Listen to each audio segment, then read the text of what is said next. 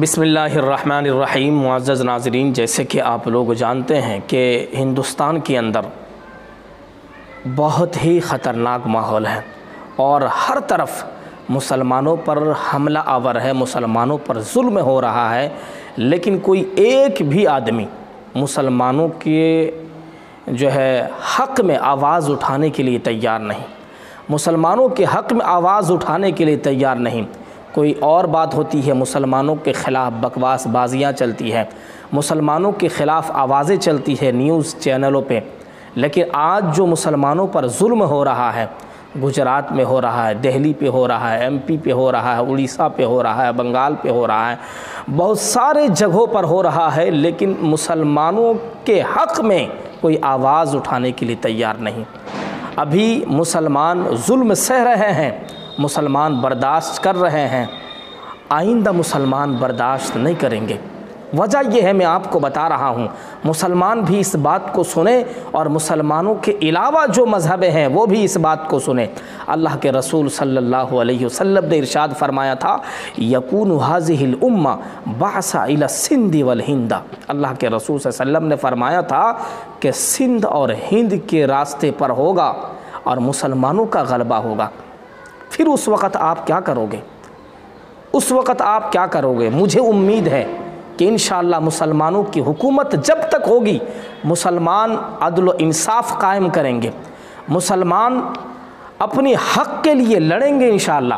اور اس کے سلسلے میں یہ کوئی نئی بات نہیں ہے، آج سے 1450 سال پہلے کی تاریخ اٹھا کر دیکھ لے، رسول اکرم صلی اللہ علیہ وسلم نے جنگ لڑی ہے، اور جنگ بدر کی لڑائی میں آپ وہاں دیکھیں مسلمانوں نے کس انداز میں حق و انصاف کی بات کی ہے۔ جنگ احد کے اندر حق و انصاف کی بات کی ہے، جنگ حنین کے اندر بھی مسلمانوں نے حق و انصاف کی بات کی ہے۔ وہ دور کی باتیں ہو رہی ہیں، خلافت عثمانیہ کے دور میں اگر آپ دیکھیں گے تو اس جگہ پر بھی حق و انصاف کی بات ہوتی تھی، کسی پر بھی مسلمانوں نے ظلم نہیں کیا تھا۔ اس وقت لوگ عیسائی رہتے تھے، اس وقت یہودی رہتے تھے، بدھسٹ رہتے تھے، جین رہتے تھے، ہندو رہتے تھے، مسلمس رہتے تھے، سارے لوگ رہتے تھے، لیکن آج تک مسلمانوں نے کسی پر ظلم نہیں کیا۔ ہندوستان کے اندر مسلمانوں کی حکومت 900 سال رہی ہے، 900 سال رہی ہے۔ آپ ایک بھی نہیں بتا سکتے کہ ہندوستان کا رہنے والا کوئی ہو اور وہ مسلمانوں پر ظلم کیا ہے۔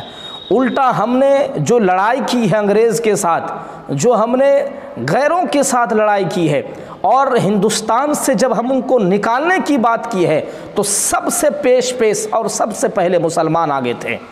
آپ کو معلوم نہیں، 1601 سے لے کر 1947 تک مسلمانوں نے جو جنگ لڑی ہے، جو لڑائی کی ہے، وہ بے مثال ہے۔ دنیا کے اندر کوئی ایک بھی آپ مثال نہیں دکھا سکتے، لیکن پھر بھی آج مسلمانوں پر ظلم ہو رہا ہے۔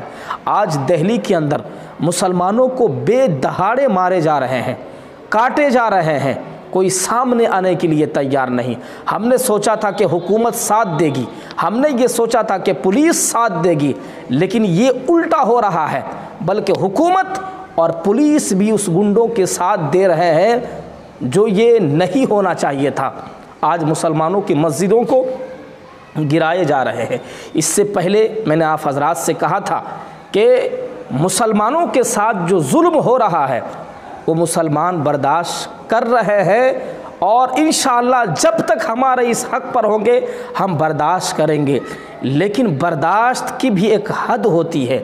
جب اس حد سے لوگ آگے بڑھ جاتے ہیں، حد سے جب آگے بڑھ جاتے ہیں تو پھر اگلا قدم ہمیں بھی اٹھانا پڑتا ہے، اور اس کا علاج و معالجہ کے سلسلے میں قرآن نے بتا دیا ہے۔ ہو سکتا ہے لوگ چھپاتے ہوں گے، لوگ اس بات کو چھپاتے ہوں گے، لیکن الحمدللہ ہم اس بات کو چھپاتے نہیں ہیں۔ اللہ نے قرآن کے اندر خود ارشاد فرمایا ہے، اذن للذین یقاتلون بانہم ظلموا وان اللہ علی نصرہم لقدیر۔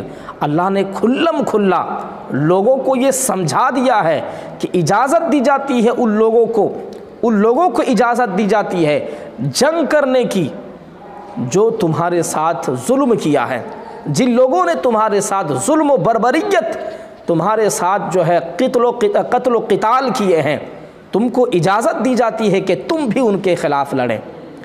کیا آپ نے نہیں لڑا تھا؟ مہابھارت آپ کی ایک جنگ ہے، آپ نے کیا کیا تھا؟ آپ یہ سوچ رہے تھے کہ ہم نے صلح کر لیا تھا، آپ نے لنکا کے اندر آگ لگائی ہے، تو یہ ظلم نہیں ہوا؟ آپ ہی کہتے ہیں کہ یہ مہابھارت کی لڑائی ہے۔ اور عیسائیوں سے میں کہنا چاہتا ہوں، اسپین کے اندر جو تم نے مسلمانوں پر ظلم کیا، شاید کہ کسی نے ظلم نہیں کیا۔ اور صلیبی جنگ کے سلسلے میں کیا تم بھول رہے ہو؟ تم پوری دنیا کو تم دہشت گرد کہتے ہو، مسلمانوں کو دہشت گرد کہتے ہو، کبھی یہ کہتے ہو کہ سعودی عربیہ دہشت گرد ہے، کبھی کہتے ہو کہ ہندوستانی مسلم دہشت گرد ہے، تم کبھی کہتے ہو پاکستانی مسلم دہشت گرد ہے، تم کبھی کہتے ہو افغانستانی مسلم دہشت گرد ہے۔ تم نے کیا کیا؟ اسرائیل کے اندر سارے کے سارے عیسائی موجود ہے، تم مسجد اقصیٰ کو قبضہ کرنے کے لیے جو ہے عورتوں پر ظلم کر رہے ہو، مردوں پر ظلم کر رہے ہو، بچوں پر ظلم کر رہے ہو، اور اپنے آپ کو انصاف پرور کہتے ہو، اپنے آپ کو انصاف اور جو ہے عدل و انصاف کے ڈھانچے بنے ہوئے ہو۔ سب سے بڑا جو دہشت گرد ہے اس دنیا کے اندر وہ عیسائی اور یہودی ہے۔ دوسرے نمبر پر جو ہندوتوا کے جو ایک قسم کی گندی ذہن لے کر اس دنیا کے اندر پھر رہے ہیں، اور RSS کے چپے اور چمچے بنے ہوئے ہیں، اور بجرنگ دل کے جو چمچے بنے ہوئے ہیں، وہ لوگ سب سے بڑا دہشت گرد ہے۔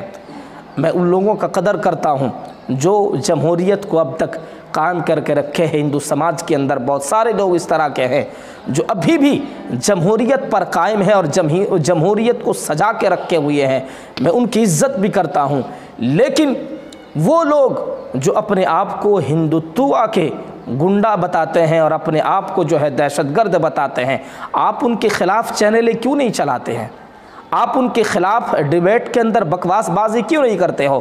بکواس بازی صرف مسلمانوں کے خلاف ہوتی ہے ہر جگہ۔ تو اس سے پتہ چلتا ہے مسلمان دہشت گرد نہیں ہے۔ مسلمانوں کے خلاف جو بات کی جاتی ہے، مسلمانوں کے خلاف جو آواز اٹھائی جاتی ہے، مسلمان اس چیز کو برداشت کرتے ہیں۔ اسی لیے میں اس سے پہلے بھی کہا تھا اور آج بھی کہہ رہا ہوں، مسلمان اس چیز کو برداشت نہیں کریں گے۔ برداشت کرنے کی ایک حد ہوتی ہے، جب حد پار ہو جاتی ہے تو پھر قرآن بھی اجازت دیتا ہے اور یہ کہتا ہے اذن للذین یقاتلون بانہم ظلموا۔ کہیں اللہ نے یوں فرمایا ہے والعین بالعین والانف بالانف والاذن بالاذن والسن بالسن۔ ہم وہ لوگ نہیں ہیں جو آپ ایک گال ماریں گے دوسرے گال ہم اڑا دیں گے، یہ ہم ان قوم میں سے نہیں ہیں۔ تو یاد رکھنا، اگر ہماری تاریخ کو اگر یاد رکھ رہی ہے تو پھر اٹھا لے کتابیں، جنگ بدر کی تاریخ اٹھا لے، جنگ احد کی تاریخ اٹھا لے، جنگ حنین کی تاریخ اٹھا لے، غزوہ احزاب کی تاریخ اٹھا لے، اور بھی بہت ساری غزوائیں ہیں، بہت ساری جنگیں ہیں، آپ اس کی تاریخ اٹھا لے، پھر آپ کی عقل ٹھکانے پہ آ جائے گی۔ اسی وجہ سے مجھے جو امید تھی حکومت پر اور پولیس پر، لیکن آج وہی بجرنگ دل اور RSS کے ساتھ دے رہی ہے، اس بات پر افسوس ہے۔ پوری دنیا کے لوگ تھوک رہی ہے ان لوگوں پر جو لوگ اور جو پولیس اور حکومت اسی گنڈے کے ساتھ دے کر مسلمانوں کے خلاف بھڑکاؤ بھاشن کیے جا رہے ہیں اور مسلمانوں پر ظلم کیا جا رہا ہے۔ تو اس لیے میں مسلمانوں سے یہ کہنا چاہتا ہوں، دو چیزیں آپ کریں۔ اللہ کے رسول صلی اللہ علیہ وسلم نے ایک مرتبہ صحابہ کرام کے سامنے یہ فرمایا تھا کہ دیکھنا ایک وقت آئے گا کہ مسلمانوں کو لوگ دعوتیں دیں گے، اور دعوتیں کس چیز کی؟ کھانے کے نہیں، مسلمانوں کو کاٹنے اور مارنے کی دعوتیں دیں گے، مسلمانوں کے خلاف آواز اٹھانے کی دعوتیں دیں گے، مسلمانوں کو دہشت گرد بتلائیں گے، مسلمانوں پر ظلم ہوگا اور مسلمانوں کو ستائے جائیں گے۔ یاد رکھنا اس وقت دو چیزوں کو